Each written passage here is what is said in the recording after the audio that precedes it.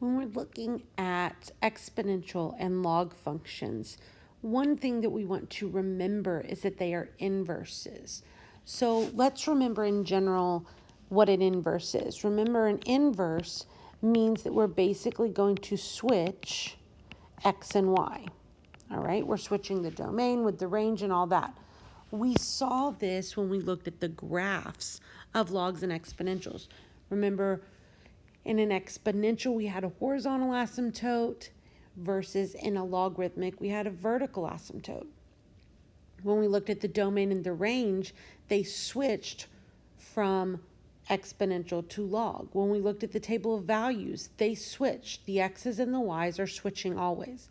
So knowing that exponentials and logs are inverse functions of each other, we can write logs as exponentials and exponentials as logs. So we want to rewrite those two functions, all right? So let's start off with a log and translate it or rewrite it into an exponential. So let's say, for example, we have the function log base 2x equals 7. If we wanted to rewrite this as an exponential, what we would do is we're going to take the base of the log and it's going to become the base of the exponential. Then we're going to take the x and the y and we're going to switch them. So now it's going to be 2 raised to the 7th equals x.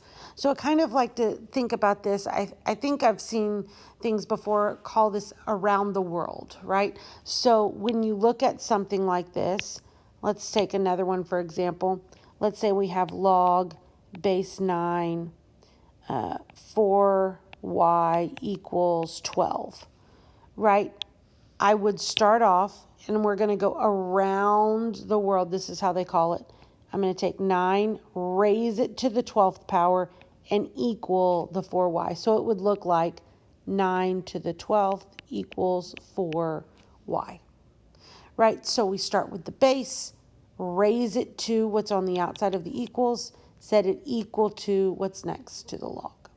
Right? So I can go from log to exponential, but I can also go backwards from an exponential to a log. So let's look at that one.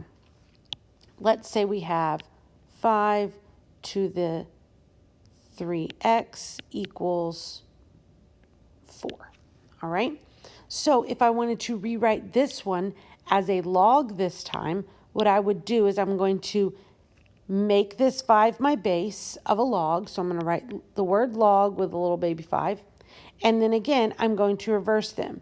So it's going to be log base 5 of 4 equals 3x. So kind of going around the world again. So log base 5 of 4 equals 3x. All right, let's try another one. Make sure we got it here. Let's say we have 7x plus 3 equals 9y. All right, so I'm going to take this and I'm going to make log 7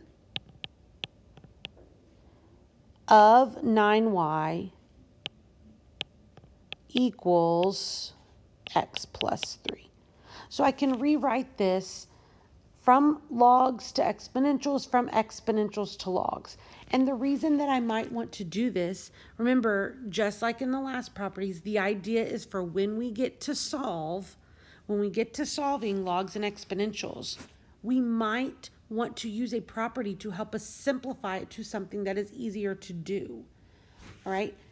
Now, it might be easy to use the log because I have that change of base property, or it might be easier to use the exponential.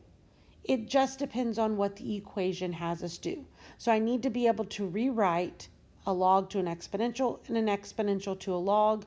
I can do that because I know that they are inverse functions.